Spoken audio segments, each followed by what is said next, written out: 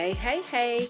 Welcome to another episode of Evolving Perspectives. My name is Matia Elise, your podcast host, and on this podcast, we dive deep into the stories of everyday people, discussing the hurdles they face and the triumphs they've achieved. We have real, raw conversations where we laugh, we cry, we uncover the incredible resilience within us all. From overcoming personal setbacks to navigating life's unexpected twists, each episode that you tune into is a testament to the human spirit's capacity to persevere and thrive. Tune in as we share moments of vulnerability, inspiration, and ultimately empowerment. Get ready to be uplifted and inspired as we showcase the unwavering strength of the human heart on Evolving Perspectives. Chime in.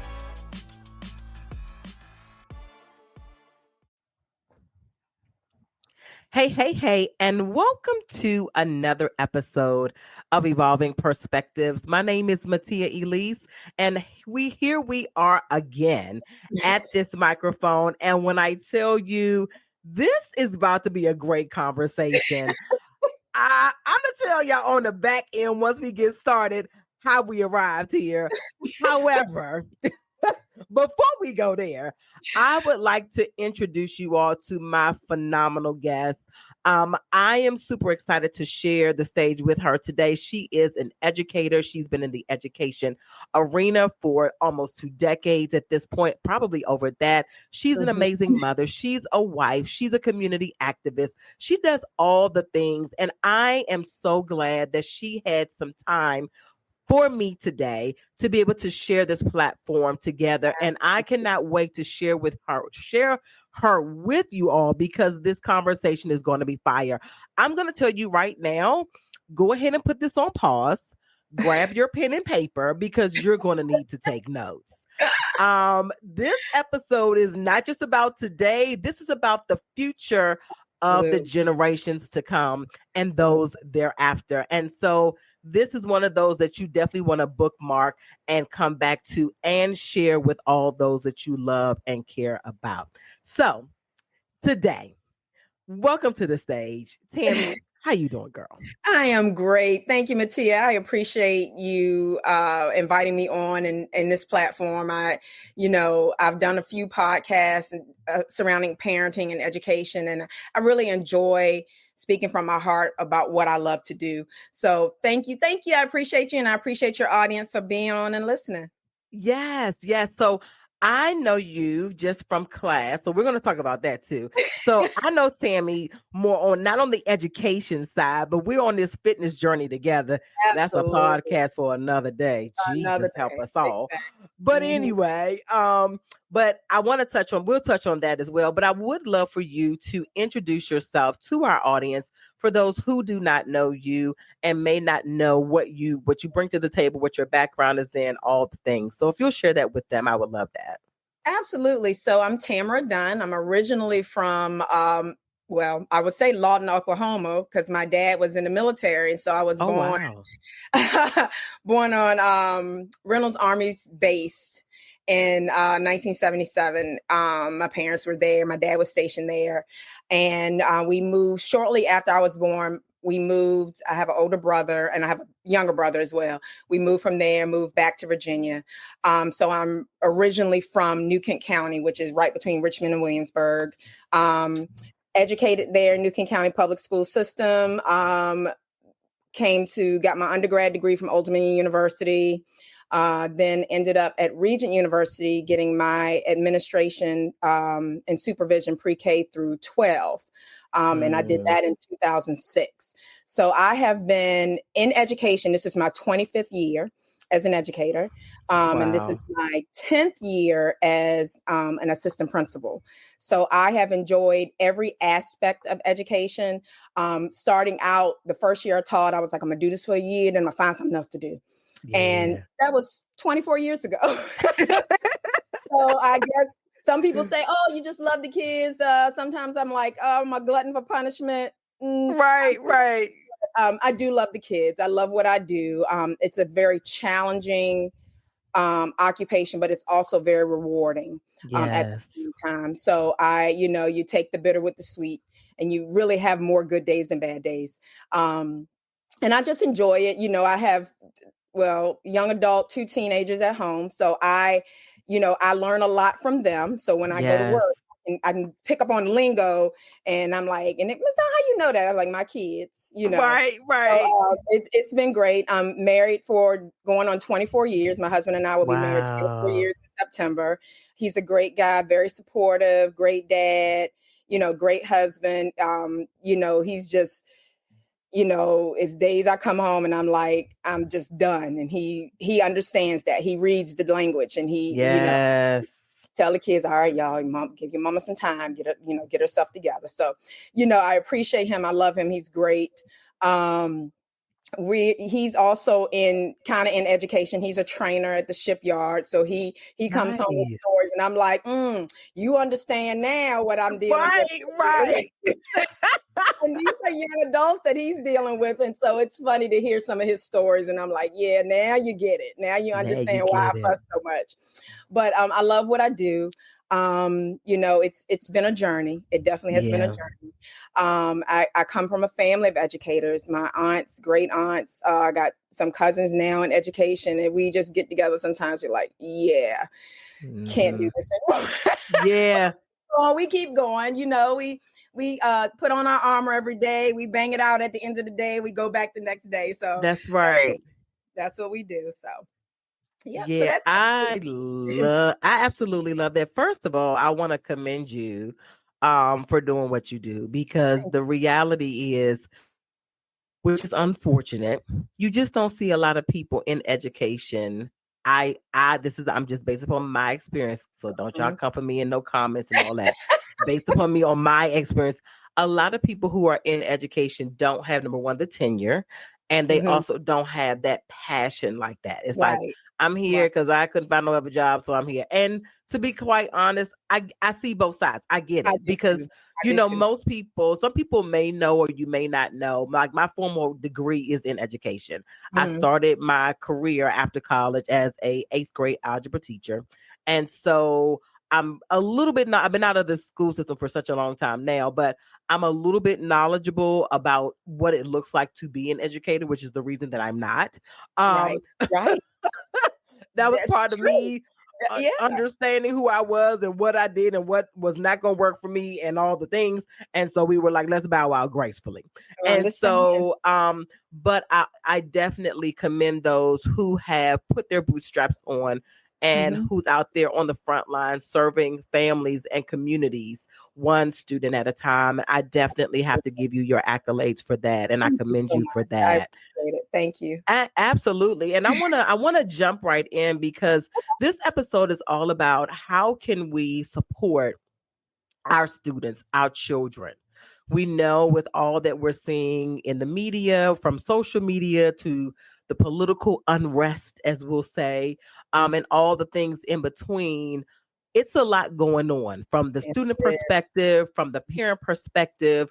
What does that look like? I'll say for myself, I've had different different experiences when it came down to education. Number one, of course, me matriculating through, K through 12 and then on to undergrad, and then education after that. So I know what it looks like, number one, to be a first generation college student Absolutely. and the challenges that came along with that. And fortunately, I was a very driven student. Mhm. Even though my mother did not have all the knowledge on what it looked like to support me, in the way that probably was best, she did her best. And Right. I never fault Right. her for that, because she was like, Right. oh, we applying for scholarships. Okay, well, what we need to do? You know what I Mhm. mean? I'm like, you Mhm. don't need Mhm. to do nothing. Just, and so I'm just letting you know. She's like, oh, okay. Now what I need to fill out, what's the form, all those things. And so, Right. I know we are now into second semester or third Mhm. quarter, depending on what system your Yep. school does.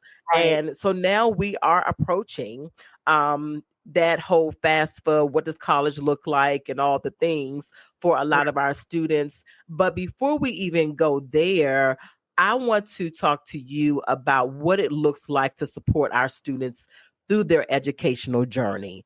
I know Mhm. that's a loaded question and it could be extremely broad, but one of the challenges that I had personally was when my son was having some challenges in school, right? Mhm. Mhm. And it was very difficult because number one, we were trying to identify what the problem was and why y'all keep calling me and what Right. was triggering all those things, right? Absolutely. And of course having to advocate for him Mhm. and uncovering what resources were available and Absolutely. which resources were available to me, Right. based upon where I stood as a tax-paying citizen. And what does that look? So it was so many different layers.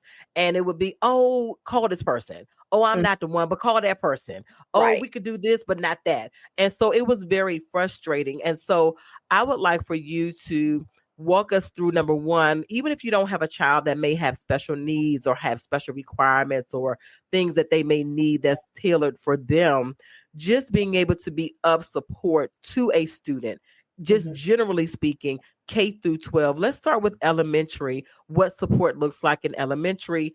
Let's Mhm. walk through what middle school looks like, and then Absolutely. let's journey on into what high school support looks like. So if you'll share what that, am I supposed to be on PTA? How often should I be calling my kid student? Like what should I do? Because some people just don't know.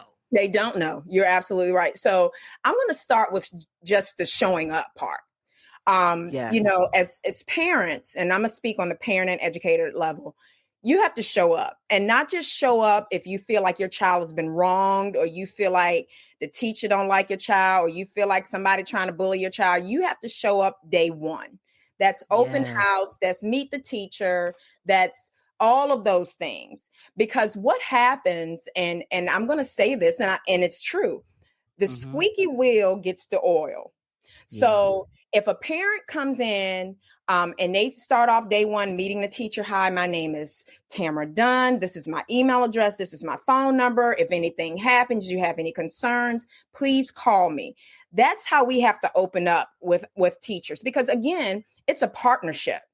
We Right. are partnering together for the good of our children. And no, Absolutely. I don't know any teacher, and if I do know them, they won't say it, that wants a child to fail. I Right. don't know any parent that wants their child to fail, but a lot of times on the parent end, they don't know what to do, and they don't like to ask, or they say, I didn't have a good experience at school, so I don't want to come up there, or you all talk this big educational lingo and jargon. I don't understand That. it. And those are the things that drive parents away from the school system. And Yes. so starting at the elementary level, going in, and I've never been an educator on the elementary level, but I know a lot of elementary school educators, and become very good friends with them, because I want to know, what do you all do on your level when these things happen? So starting off Mm-hmm. elementary, you go in with your child, and the biggest issue with elementary school, I think, is attendance. Yeah. Parents don't want to get up and get the kids ready to go to school in the morning. I've had elementary school colleagues who say, we got a kid that's missed 50 days. How does a Oh my kindergarten Lord. miss 50 days of school? Come on Like now. what you doing? And so back in the day, I don't know if you remember this, Mattia, but back in the day, they used to lock parents up for 10 days if the kids were truant. Oh, I Yeah, didn't know that. yes, they did. They used to lock Need to parents go up. back to that. Child, Well, everybody be locked up. everybody would be locked up. Exactly. And I can recall, I have a parent, and love the kid. And he was having truancy issues, very bright kid. And I called mom, and she said, yeah, when we went through this when he was in third grade. And I'm thinking to myself, third grade? He's a baby. Then you're responsible at that time for Right. getting him up, getting him dressed, and getting him to school in third grade. That's And right. so that behavior follows them. If mama not pressed about you getting up and going to school, then guess what? I'm not going to be pressed. But like Exactly. I tell my kids, if you're not sick, and they laugh, they joke about this all the time. I say, you got to throw up 3 times to stay at home in my house. Not three. We got a Let me 3-time see rule. it. Was You got it to throw spit up or was 3 it times. real throw And up? look, And then I'm gonna give you a ginger ale and let you sit for an hour and some That's saltines, and right. then we're gonna see That's what right. happens. But school is important. Yeah. Especially for our Black and brown children who we're already kind of behind the eight ball in terms of society. And I Yeah. tell my male students all the time, come on, y'all. Now this they're giving you this for free. After this, Yeah. you won't get it for free. So Facts. you already behind the eight ball in terms of society. You got to get all the education you can. Everything that these people have to offer you, you need to take it in. Mm-hmm. And, I try to spin it that way because, they'll come in, I don't like them. I said, well, you're not here to like them. You're here to get everything that they have and put it into Mm-hmm. your brain, into your knowledge, and That's that's for right. every kid, that's for every kid. So that's how you starts with just, you got to show up for your kid. Mm-hmm. You got to build that partnership. And even if your child is not struggling academically or behaviorally, those I try to check in with my kids' teachers every couple weeks. Now I have a daughter that's a senior, so she's right now doing the TCC early college program, so I don't really check in with her, but she'll say, Mom, how do I communicate this to the teacher? And I Yes. send them an Yes. email. And I've taught my kids early, send your teacher an email. That way you have a record that you have addressed this or there's an issue. And, That's right. and then, let you learn how to communicate with that teacher first before I have to step in and say anything Exactly. or do anything, especially the older they get. Now with my son, he's 13, he's an 8th grader. I get his, the other part is logging on and being present electronically as well. Back in the Mm-hmm. day, they ain't had online grade books and the power schools and all of that stuff. So your mama didn't know she Exactly. was failing unless the teacher called or she got the copy of that report card. Now I get bings on my phone every day. There's Yep. no excuse. There's no excuse now. Everybody has got a device. Everybody's got a cell phone. You can download the apps and track your children. And and for example, last week, we were out for snow. So I went on and checked my son's grades and he saw that he was missing something that I knew he had done. So I emailed the teacher and said, hey, he did this last night and submitted it. Teacher went in automatically, fixed the grade. It's that simple. Exactly. There is no reason why parents don't know what their children are doing at school. Even if your child is absent or tardy, you're going to get that phone call. And Mm-hmm. and I know, and I'm going to say this, parents too, you got to learn the trick. The kids are going into your cell phones and they're blocking the school's phone number. Oh. You need to go into your phone and unblock the school's phone number because that's what they're doing. Yes, they. And so when the parents said, well, nobody called me, and the teacher has, well, I called you on this day, and this day. Well, I didn't get a call from you, probably because little tink tink or boo boo that went in there and blocked the school's phone number. And now they're not receiving the correspondence that they should receive. So that's where we Oh, are. wow. So make sure that your phone, that they're not blocking the school's numbers on your phone, because that often happens. And so with Oh, that my being Lord. said, yeah, the kids, they're Yeah, savvy. they are. They are. They are. You're right.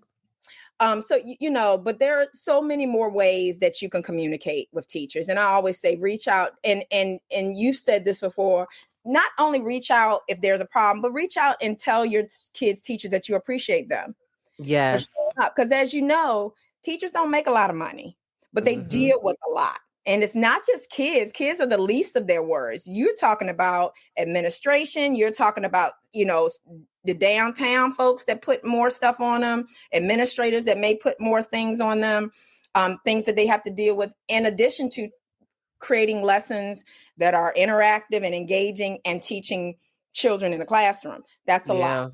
Yeah. So Yeah. they don't get paid to do half as much as what they do. So, always reach out to and let them know that you appreciate them. Give them their flowers. Because like you said, you knew when to walk away. Yeah. And there are some teachers who are really in it because they love kids and they want to be successful. And then there are teachers that are out here committing educational malpractice with kids. Yeah. They are not loving kids. They're not, learning them. They're not doing what they need to do. They're showing up for a check, and that's just life. Yeah. But as a parent, you definitely have the power to regulate those things. And if you feel like you need to go in as with an advocate, a lot of parents who have students with special needs, or students who have IEPs or 504s, they come in with an advocate because the advocate can help explain to them exactly, what the school wants to do or how they're going to help the child. So Yes. it's always important that you do that too if you don't understand the educational lingo, because to me, it's like some of it's like reading law documents. It is. It Because is. long as I've been in education, I have to ask questions, about 504s and IEPs that I may not know, because it does change. It does change. And now, of course, with the new administration, in terms of government, we have to be very mindful of the fact that, some of these things that we're doing to help students might be pulled back. I'm not saying they will be, but there's been, talks of pulling back from IEPs and 504s and things. And that's our special population of kids that deserve that education just like everybody else. Um, Absolutely. so, you definitely have to be mindful of that. On the high school level, middle school is always different. And you know this because you've taught middle school. But Mm-hmm. middle school kids go through social awkwardness. They're trying to figure out their hormones. Middle school is tough. Yeah. It's challenging and it's tough. But again, it's showing up and showing, that you care about your kids, even if they're struggling. My son, I think his 5th, 6th grade year in elementary school were very it was rough for us. It was really rough. Mm-hmm. And I don't know. I mean, they did as good as they could do during COVID being home. But I think he was like in 3rd grade when COVID hit. So he was at the age where the reading was important, the math, everything was important at that time. And then they came Mm-hmm. home. And it was like, I was so concerned about him, not too much for the girls, but for him, I was so concerned because, it was like that very vital part of elementary school where, you start, that's the first year they SOL test. And I Yeah. was like, Lord, what my poor baby, what am I going to do? But we supported him. We reached out to teachers. He's done a few summer programs while he was in elementary school just to make sure that he was, and parents, that's what we have to take. We have to, parenting is work, Yes, and it is. yes, I mean, you have to invest time and energy, not only in your kids in terms of, athletically and their extracurriculars, but academically, because Absolutely. we would get up. I still work. I'm a 12-month employee, so I still work in the summer. So I would get up Mm-hmm. and take him to summer camp. Then I would get, my daughter or somebody would get up and pick him up because he was getting out at 12. We just had to make a way. Yeah. Um, so he had these summer enrichment programs that he attended, which I think helped a whole lot. And, those are things that you definitely have to do. So then when we get into high school, now we're dealing with SATs, ACTs, ASVAB testing, SOL testing, because as you know, they got to pass the SOLs in order to graduate from high school. So if you Right. have a kid who has struggled with test taking, you can opt out of SOLs, elementary, middle school, but when you get to high school, you can't opt out anymore because it's a mandate that they have to pass a certain number of these standards of learning in Virginia in order to graduate from high school. And so Mm. we have a number of students, and this is Virginia wide, that are seniors now that are still trying to take these tests that they couldn't pass as ninth graders. Um, Wow. and so, and they may have had the course in ninth grade, and now I'm a senior, and now I got to remember 3 years ago what I Yeah, learned. that's tough. So they go through tutoring, remediation, and all of those things. So, that's another thing that they have to be concerned about is making sure they can pass these SOL exams in order to definitely earn their diploma when they become seniors. Mm-hmm. So they have a lot.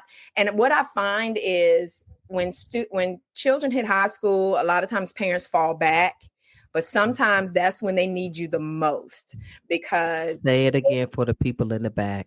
yes, they need you the most then because now they have to learn these skills of communication in order to effectively communicate with their teachers and their school counselors, because school counselors are important too when they get in high school.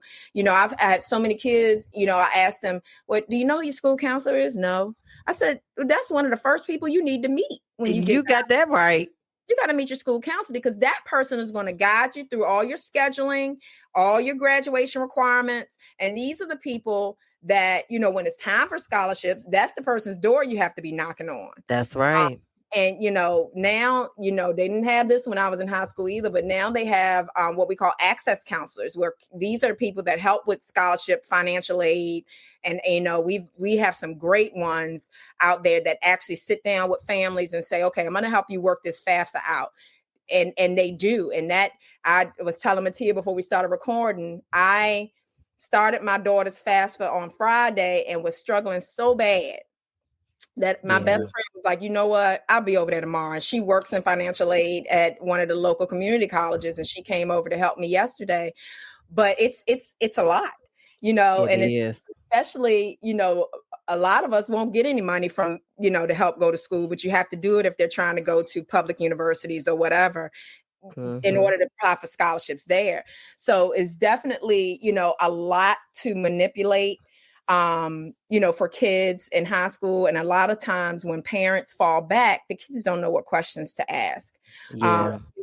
Kids can go to Votech now and they can take up refrigeration and HVAC and auto mechanic and nursing.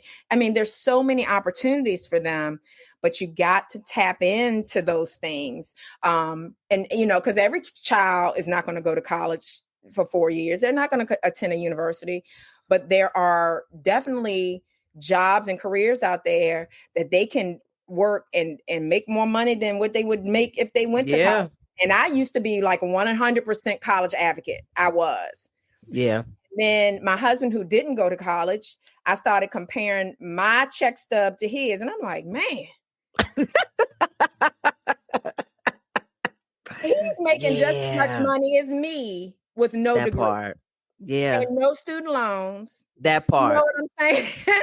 So it's like, so kids can get out here and they can make money doing things without even going to college. But it's about raising productive citizens, young people that can go out here and take care of themselves and be productive and raise a family and not cause society any harm and danger. There are kids out here that won't go to college. Don't even have the desire to go, but they can go out here and make good money and be good people and not give all that money to a university. Okay, right, exactly. But you know what? I wanna go back to one thing that you talked about during the elementary years. One thing that I did not know and I'm so thankful that I have a village. When we were going through all the transitions with my son and trying to figure out, does he need a 504, IEP? What are the challenges? What are the diagnoses and all the things? Right. What I did do was solicit the help of one of my closest friends who is in education. She was a principal in the DC area. And I simply said to her, I'm getting ready to get on this call and go into this meeting, because of course a lot of things were virtual at the time we were going through all this. I said, we're getting ready to be on this call. I need you to be on the call, because I know that they're going to be speaking jargon that I just don't know. Absolutely. And I need you to interpret. And I also give you permission to interject when necessary. And so what I mentioned that because so many times, and me and one of my clients had a conversation about this. She's in special ed, and she would say, Mattia, it really frustrates me because, these parents, we do these meetings and they don't even show up. I said, but perhaps they're intimidated. I said, because I'm not getting ready to say, unless some people just don't have that type of confidence. That's just the reality of life. It doesn't mean that they're not good people, but it's like, why am I getting ready to go into this meeting where y'all get ready to read me for filthy rags? Number one, I don't understand nothing you about to say. That you're saying, I have no clue as to what an IEP and accommodations and, you're going to do, gold. I don't even know how to compartmentalize all of the vocabulary, the terms that you're using. So I'm not going to make myself look stupid. I already feel like y'all probably have put a stigma on me and my family. So instead of me, quote unquote, embarrassing myself, I just won't show up altogether.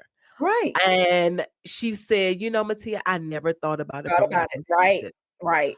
I Right. said, I said, there's no, there, we know that there's always outliers, right? People who just are like, why in the world did you have children? We know that. But Mm-hmm. for the most part, any parent, no matter what socioeconomic status they are in, has a desire, like you said, to see their student and their child succeed and thrive. Absolutely. And Absolutely. so nobody's just going to willingly be negligent like that. Right. And Right. so I think that, like what you said, a few key words that you brought out that I think is necessary to repeat is the partnership. Mm-hmm. And that was one of the things that I continuously said when I was just going through the whole thing, even with my son, even with my daughter. You know what I mean? I'm like, I'm in this. We have a partnership.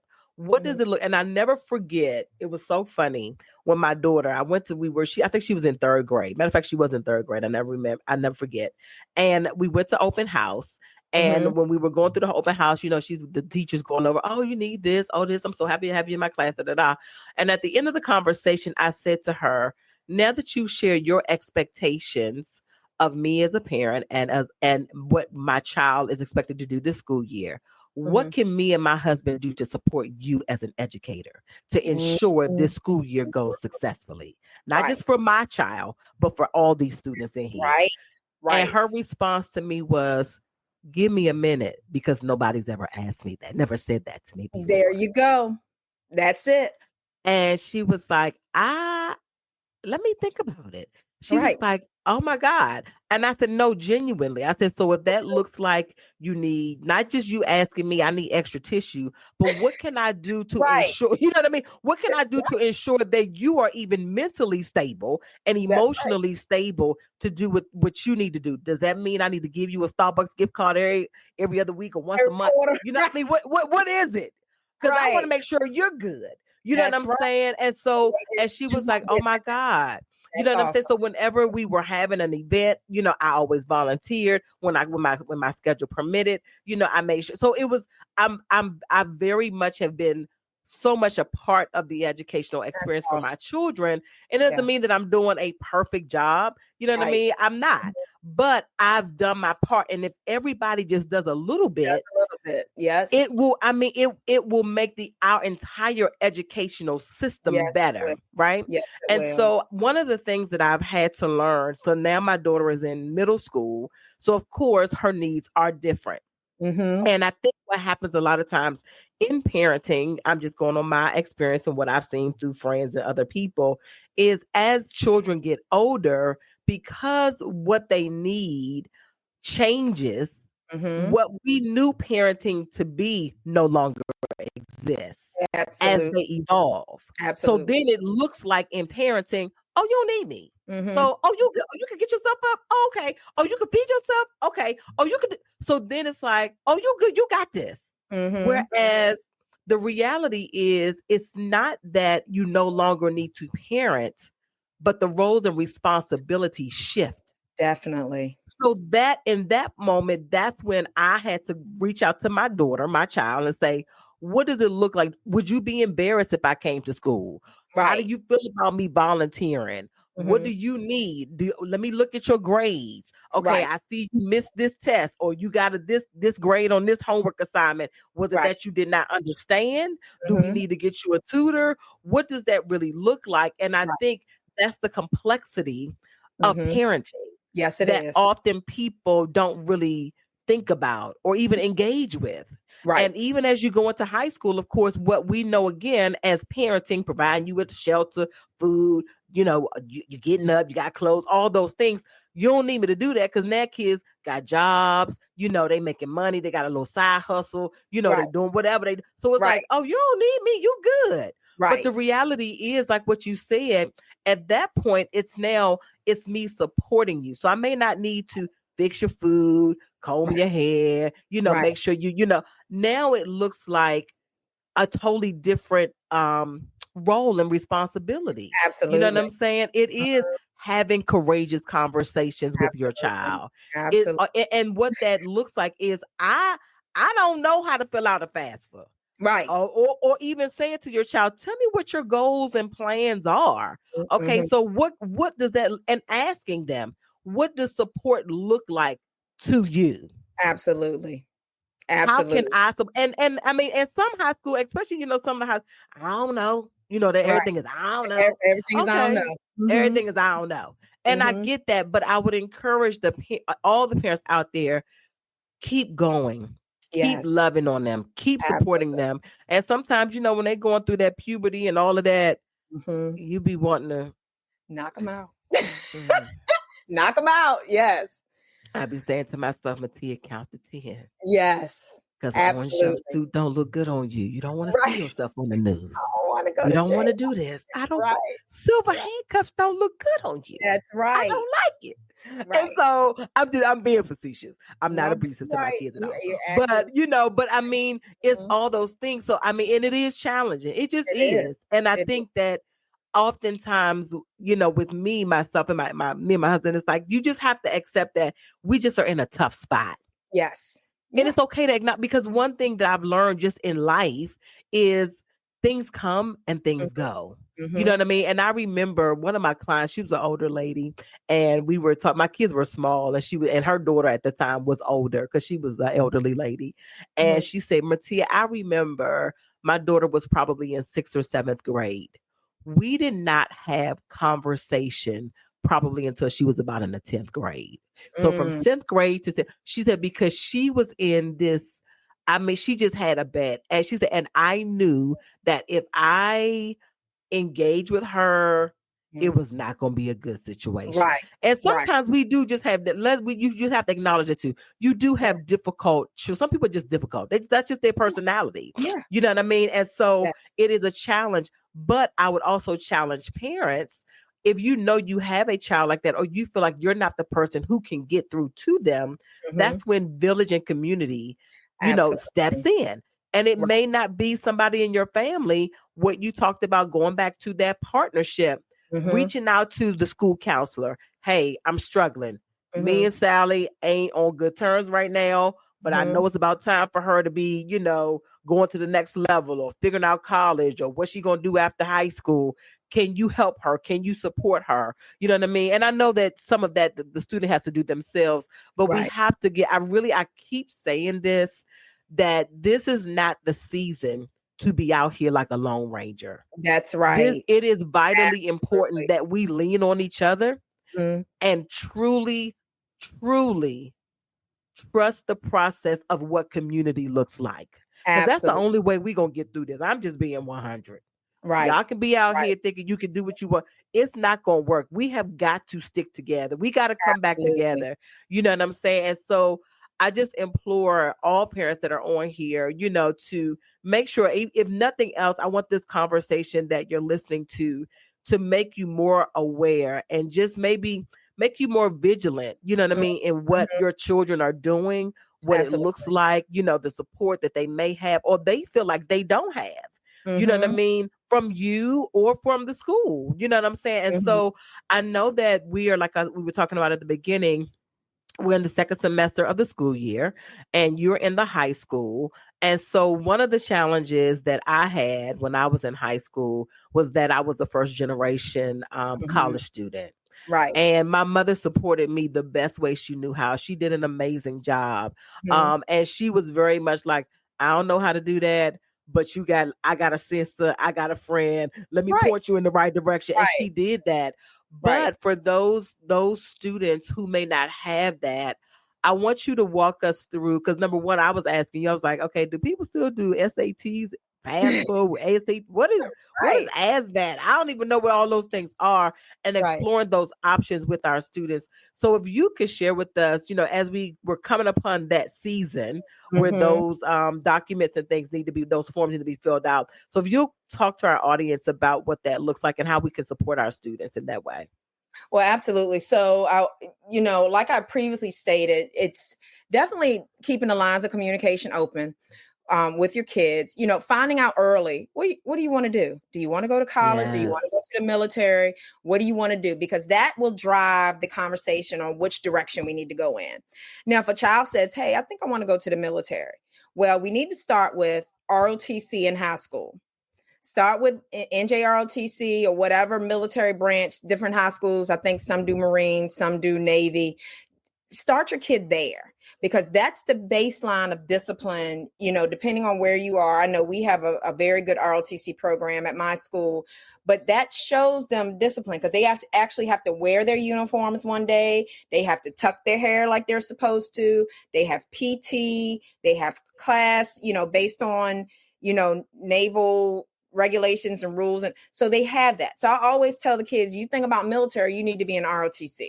Okay. And not only that, but they give out great scholarships. If kids go through the program and they show themselves to be leaders, you get great scholarships from that. On top of the fact, when you go to college, you get scholarships if you decide you're going to be in ROTC in college. And a lot of times what they'll do is you'll have to commit to like 2 years post college. They'll pay for you to go to school. And so those are things. And then a lot of ROTC kids in college, they get little monthly stipends. They get, there are a lot of perks there. So then if you have a child who decides, hey, I don't want to go to college. Okay. So let's look into these vocational programs, VOTEC. I know the shipyards have apprenticeship programs that kids can go in. They work through apprenticeship. They make money while they're doing the schooling. And then they come out, and a lot of them automatically become supervisors or job leads because they have that apprenticeship experience. So that's another option.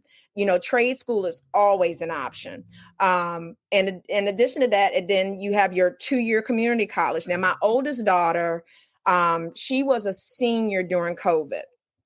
And so she had gotten accepted into, I think, UVA, Virginia. Well, her dream school was Virginia Tech.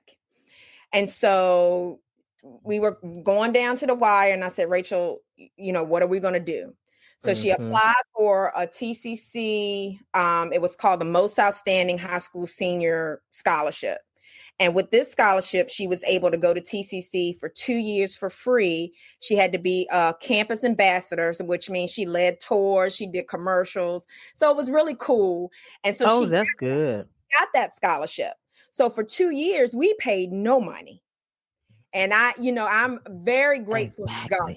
I'm very grateful to God, because she, we were not going to, if she wanted to go to Virginia Tech or UVA, we were going to do everything we could to get her there. Now, we don't have that kind of money, so we'll definitely take scholarships, loans, and things like that. But when she said, you know what, Mom, I think I'm going to stay here and just go to TCC for 2 years. And her dad and I looked at each other and was like, thank you, Lord. Okay, we didn't even have to drive that conversation. Because and so she finished her 2 years at TCC, and then she was able to go to Virginia Tech, where she's now a senior. This is her last semester, and nowhere near the amount of, loan debt that I had at the time. We still had to take out some loans or whatever, but she was determined that she wanted to go, and that was her dream school. And so we were determined to support her through that. And she wants to be a veterinarian, so she's been working with animals up there. She's been having a good time. I love it. So now I have this senior now, my current baby, who wants to major in biomedical engineering. So she's gotten accepted into VCU, which was her top school, JMU, and then she said, Mom, I think I'm going to apply for that same scholarship that Rachel got. So I'm like, go for it, whatever you want to do. We're going to support you, whichever direction you want to go in. So that's where she is right now. She's, in the process of applying for scholarships, and she's more self-driven. I'll have to remind her, like she'll say, I applied for this such and such scholarship, Mom, or I sent this letter requesting a recommendation. And I'm like, go for it. So she's a little bit more self-driven. I got to kind of kick my oldest one a little bit more to get her.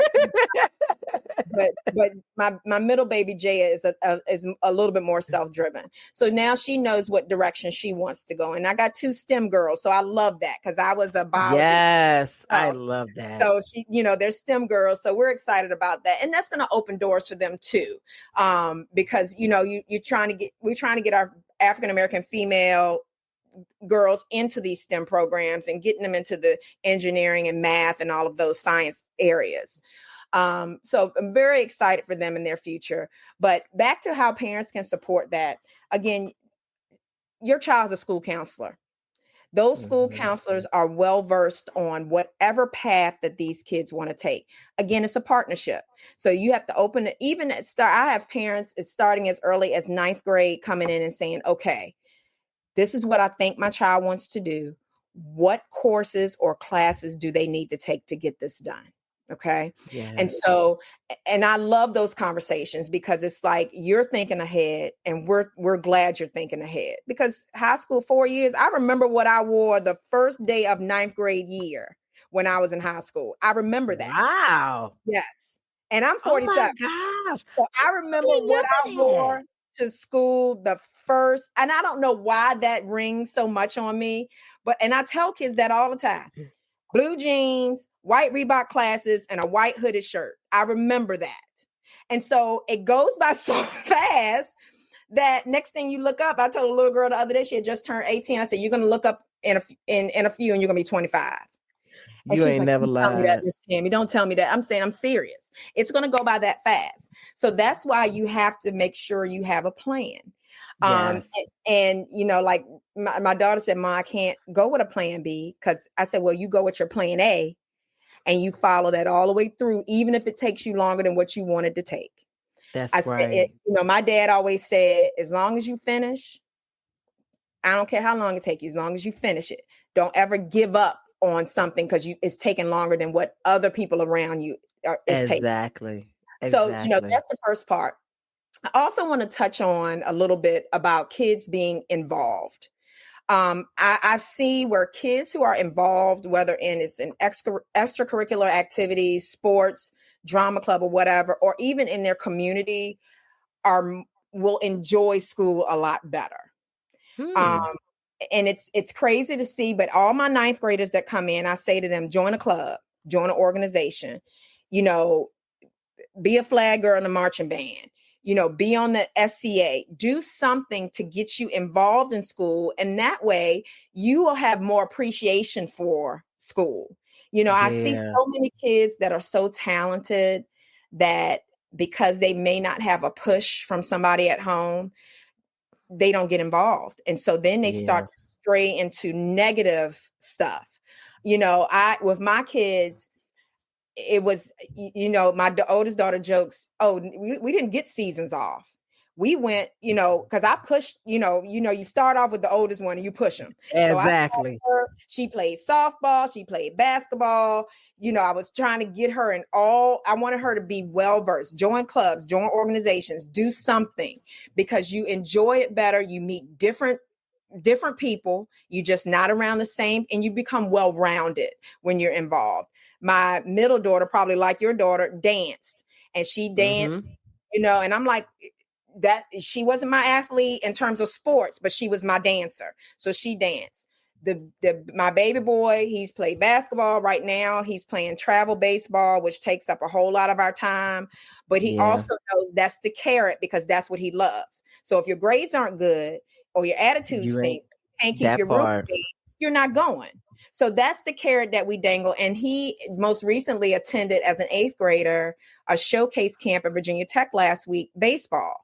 And he got to see these college guys playing baseball on a collegiate level. And that gives them a different Wow. drive. Yes. I say to parents all the time, you have to invest in your kids. Yeah. They are an investment. Yeah. God gave them to us as a gift. We have to cultivate the gift and we have to invest in them in every aspect of their life. And if it causes us, my husband and we're on the highway a lot.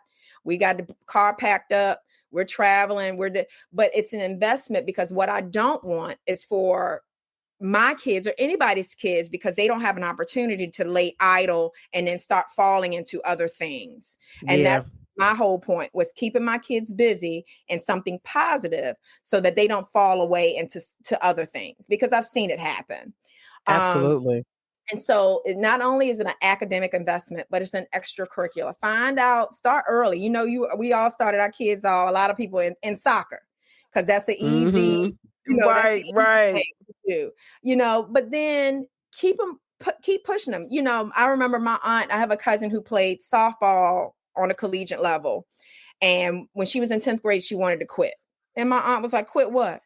We ain't quitting. And exactly. You take a couple days off, get your mind together, but guess what? You're going to do it. Yeah, Exactly. we're not quitting. Exactly.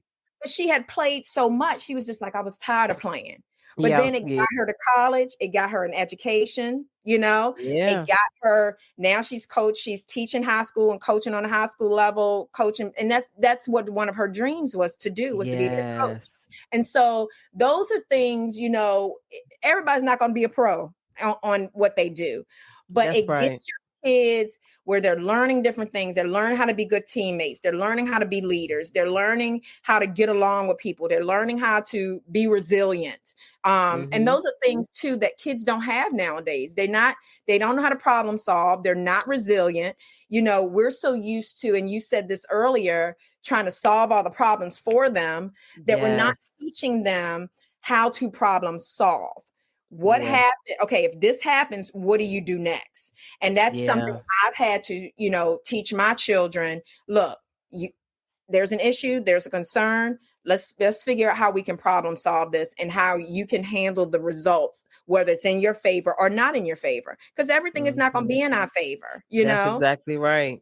And so, I'm very, my parenting style, my husband and our parenting style different from our parents because we're raising a different generation of kids. Absolutely. And so, Absolutely. when you talked about the whole even communicating with your kids, we have always been open door. Whatever you need to say, you come say it out of in respect. In a respectful way. Yeah. And we have that conversation all the time. And like I said, I told a friend of mine the other day, some of the stuff I don't even want to hear.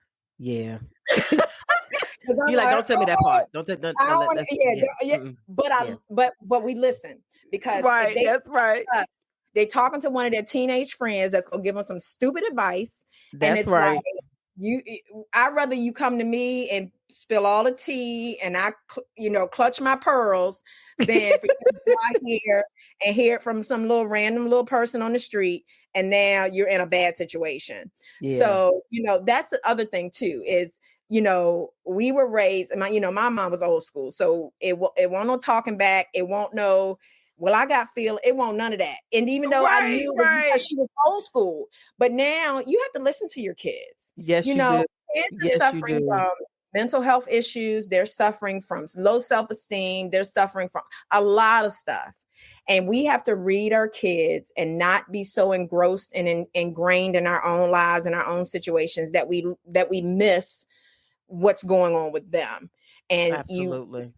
Tired or you whatever, you stressed out, and we know we deal with stuff all day as parents, but your kids, like I said, they're your number one investment. They are the ones that, like I tell my daughter all the time, you are standing between me and a nursing home. So I don't want to go to a nursing home. Exactly. So let's work on this and make sure we got this all. So definitely reaching out, for parents that don't know, because even sometimes with me, when my son was younger, he was having some reading issues. I took his reading scores to one of my English teachers and I said, please tell me what this means. And she explained it. And she said, all it looks like is that he needs to focus on vocabulary. He needs to read more often. And I was so grateful because I was like, Lord, my child can't read. What am I going to do? Because you see that, you get kids that get to high school and don't read and can't read. And it's like, how do they never lied. Right. How do they get that far without somebody stopping and saying, this kid can't read? We need to help them. And I know the resources are scarce at times, but there's so many free resources out here now that parents, if they only ask, and I ask parents all the time, because if I email them or if I call them and say, hey, I need your help. This is what's going on with little Johnny. I need your help. And they'll say, all right, Ms. Dunn, I'll do what I can do. And I'll be like, okay, is there anything I can do to help you? Because parents are dealing with stuff, They are. They are. And unfortunately, their stuff overshadows what's going on with their kid at school. And that's 100% true. Yeah. And I used to get mad when I used to hear parents say, well, I don't know what to do with them. And I'm like, but that's your kid. But I understand, because if I'm dealing with working 2 jobs and I got other kids in the house and I might have a sick parent, or I might be, in Yes. almost being evicted, or I work in this high job where I have to be on my feet and moving all day long, and you Mm-hmm. calling me because my child acting up in class, what am I supposed to do? You know, Exactly. Everybody can't Exactly. jump and leave their job to come to a school, and I understand that. But again, it's about showing up, communication, not allowing things to go so far. Because I had a parent last week or week before that I was calling her about her son, but ended up her daughter was having issues. But because the little girl was so under the radar, I was like, wait a minute. I'm looking at your son's attendance, but I need to look at your daughter's attendance and grades too. Because she Right. was one of those quiet kids under the radar. She was doing stuff and getting away with it because she wasn't out there up in front. Exactly. So then I had to Exactly. start getting on her. And I told mom last week, I said, she's failed first 2 quarters of the year. You need to Ooh. start considering summer school. You Yeah. know, I said, are you getting Yeah. report cards? Are you getting progress reports? Well, no. And I'm like thinking to myself, but mom, Yes, you are.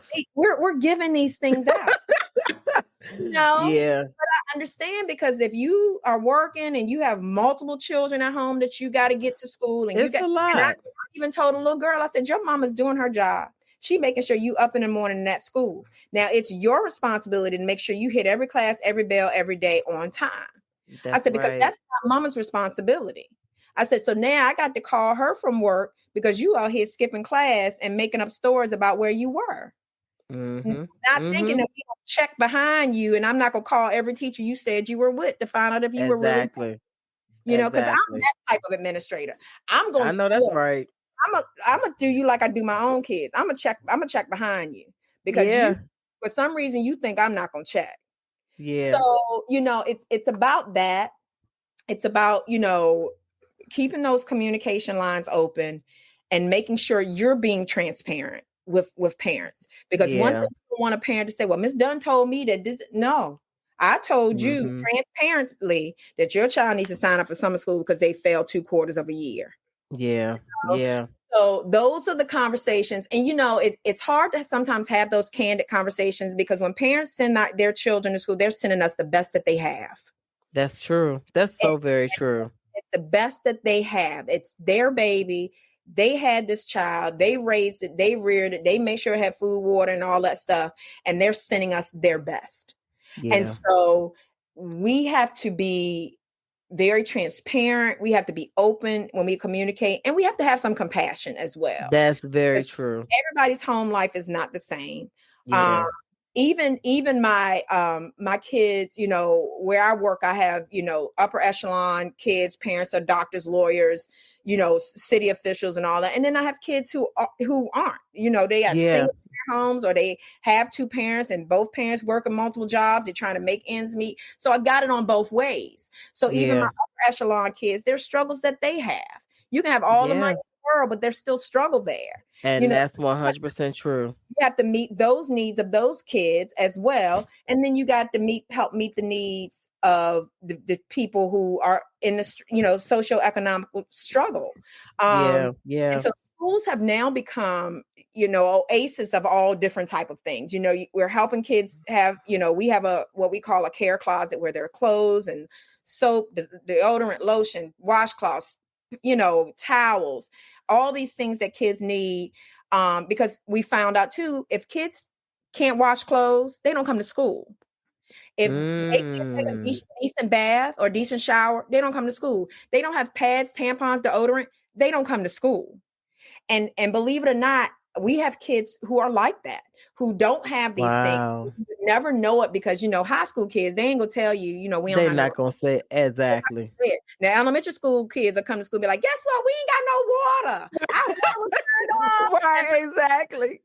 And we had to go get water from my grandma's house. They tell you all the business. But Right, these high right. school kids, unless there is somebody in that building that they trust, you won't know a thing. We had a Yeah. kid who him and his family had lived in a car for a whole school year. You would have never known it.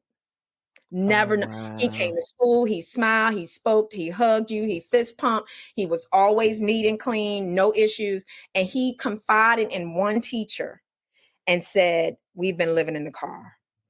And Wow. that opened time for our social worker to get involved, for, community resources to get involved, to help them find a place. Because Yeah. mom Yeah.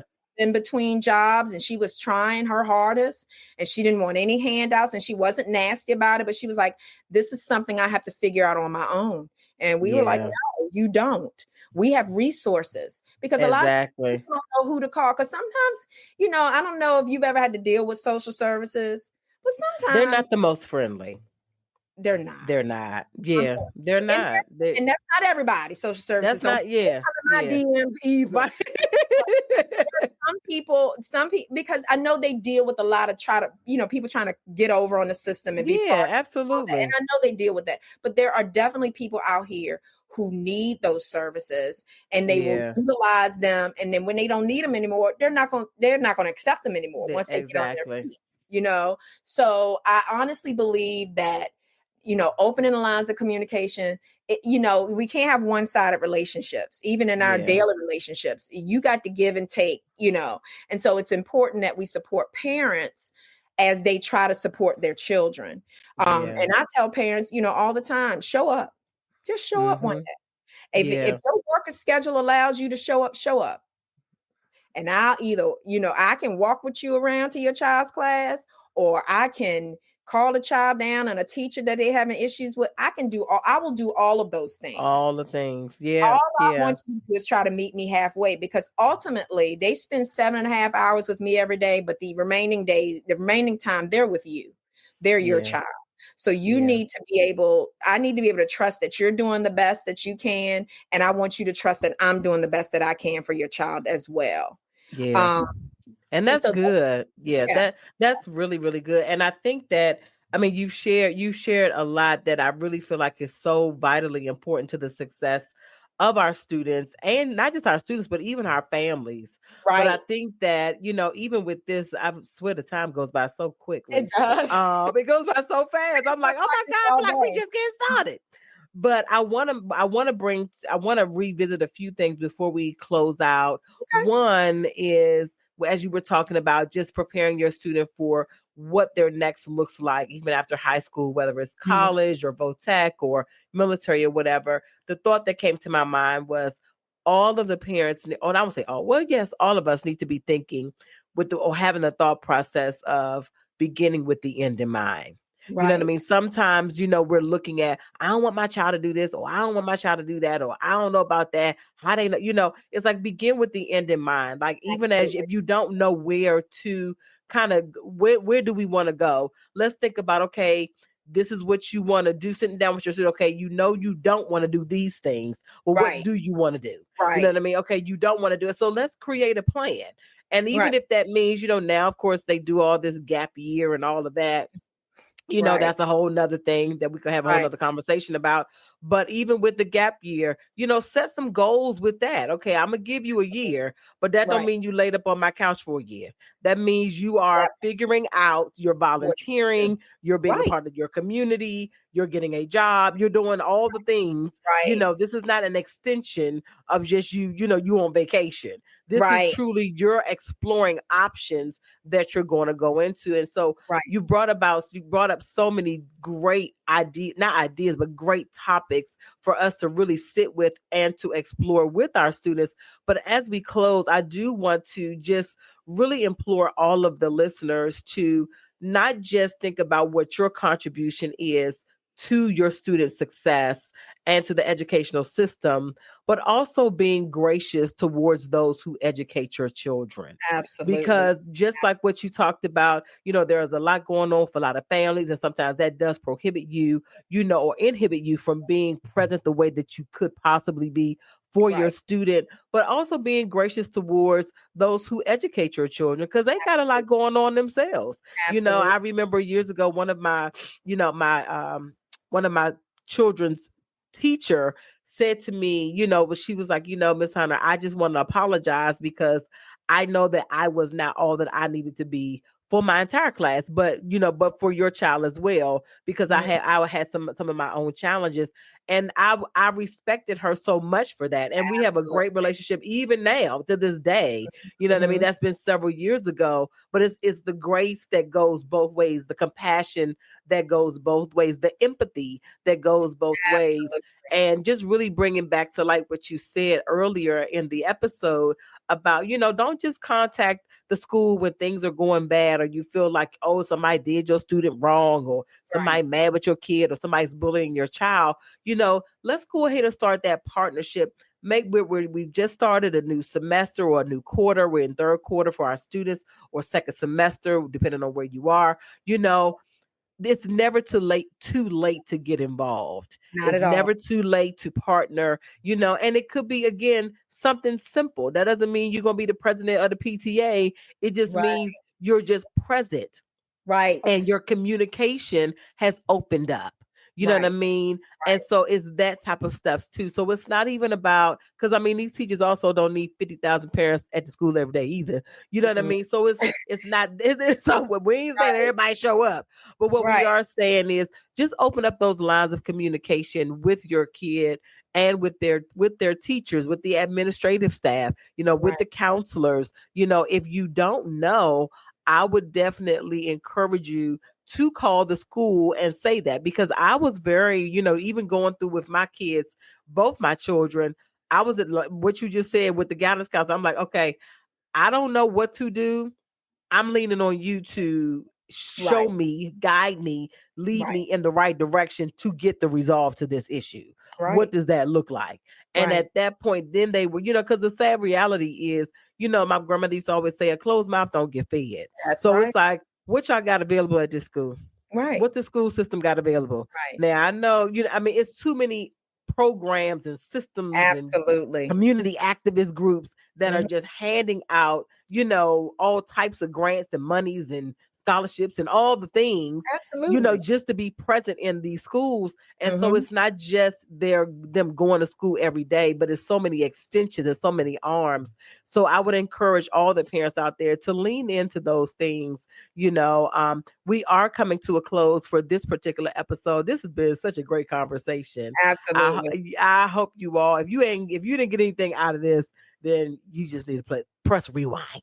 Right. But Right. make sure that you are sharing this with all of your friends and family. But Miss Tammy, if there's something that you would like to share, just a little gem that you want to drop on us before we close out, and I would love for you to share that before we end today's session. Absolutely. The biggest takeaway that I want parents in the community to get from this is that it's definitely a partnership.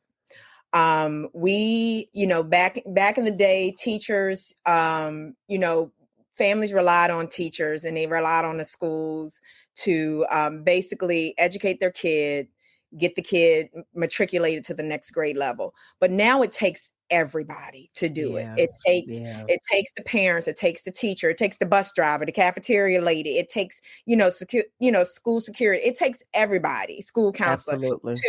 to dive in and create and develop relationships with students, because they don't open up like they used to. There's so much social media influence. There's so much things that are going on now that kids have access to that we didn't have access to. So we had to communicate, with Yeah. our kids, Yeah. because we didn't have access to social media and can get on and put up a message or a DM and do all of this stuff. So it's very important, number one, that parents are involved. They create these partnerships with schools, and schools on the other need to do the same. They need to create That's partnerships, right. not letting the schools off the hook, because we have to do that. Mm-hmm. You have to be transparent. You have to communicate.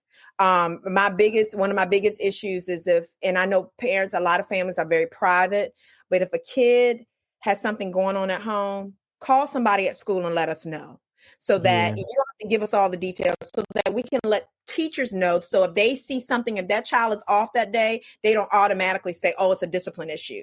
This kid may have something going on at home that is causing them not to be 100% that particular Yes. day. So it's about Yes. communication and transparency. It's about creating those partnerships, making sure that not only are you calling if something is not right, but contacting teachers, just check in. Is everything okay? Is my child doing okay? Because, teachers, some of them have 125, 150 kids. They can't call you every time little Johnny That's a forgets his lot. homework. That's a Yeah, lot. it's a So lot. you definitely have to communicate one with another to make sure. And then when the kids know that, hey, my mom and teacher talk all the time, let me make sure I'm doing what I'm supposed to do. Exactly. Because I used to tell my kids, I actually work in Norfolk and they are in school in Portsmouth. And I said, it takes me 12 minutes to get from my job to your school. Please don't make me prove it to you. Because That if a part. teacher called me, I'm going to be there in 12 minutes because I have a principal who can say, go ahead and take care of your family. Mhm, So please mhm. don't make me come up there and embarrass you in 12 minutes because I will be there. Exactly. Exactly. So you got to have those type of parents too, that kids understand my mom doesn't play. She might be a little bit crazy. So let me not embarrass myself. Because I have parents that I called, I'll be there in a few minutes, Miss Dunn. Click, and they And walking through the door. you And better those are the believe it. parents, and everybody can't do that because you don't have that flexibility on your job. But I do know for my parents that don't have that flexibility and are concerned, I'm gonna see them soon. I might not see them that day. And then they'll tell the kids, Miss Dunn called me today. Tell me what happened. Because I'm gonna call you and Exactly. let you know what happened so you won't get a different story when they get home. That part, Right. that. So it's all about opening that lines of communication and making sure that parents know what's going on at school.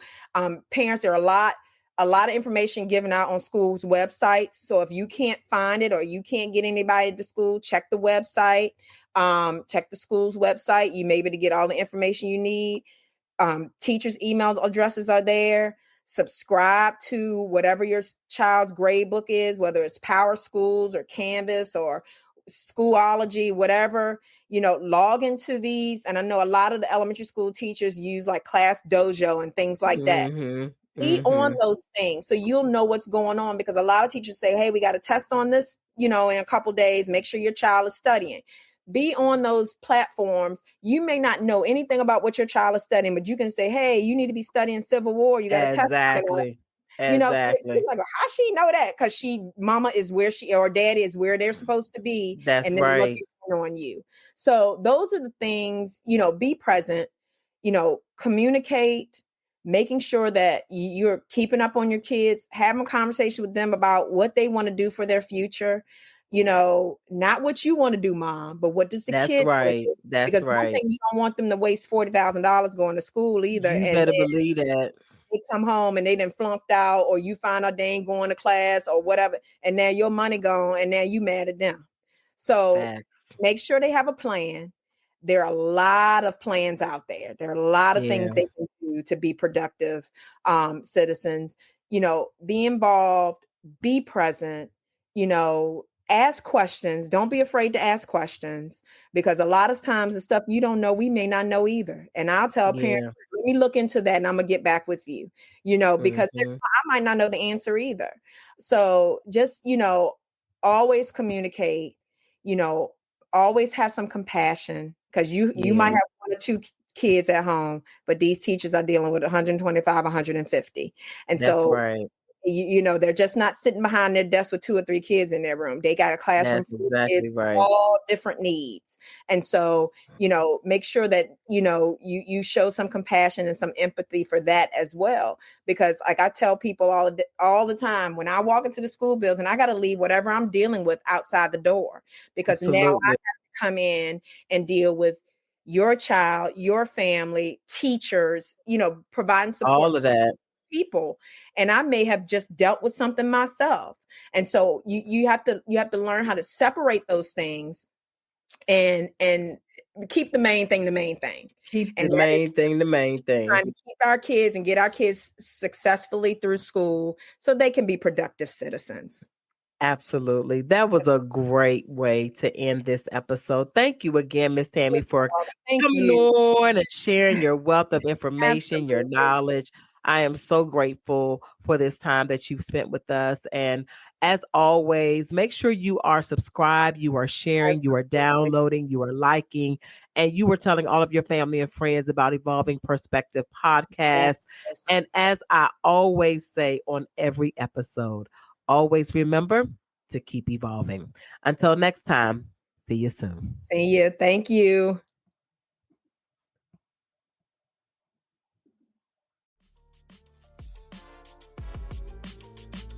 Thank you again for tuning into Evolving Perspectives. Remember to like, subscribe, download, and share with your friends and family about our episode that releases every single Monday. And always remember to keep evolving. Until next time, be easy.